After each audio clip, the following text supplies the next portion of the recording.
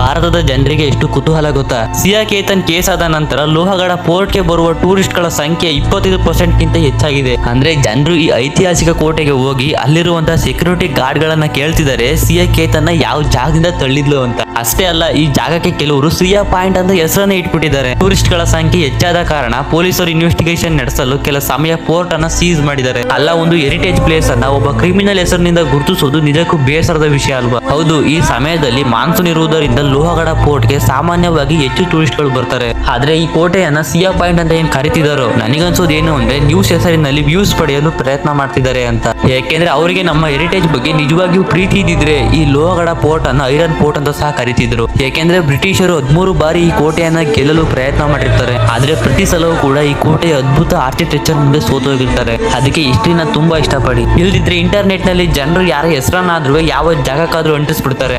ಮತ್ತೆ ಇಂತಹ quality content ಆಗಿ ವಿಡಿಯೋನ ಶೇರ್ ಮಾಡಿ ಮತ್ತೆ ಫಾಲೋ ಮಾಡೋದು ಮಾತ್ರ ಮರಿಬೇಡಿ.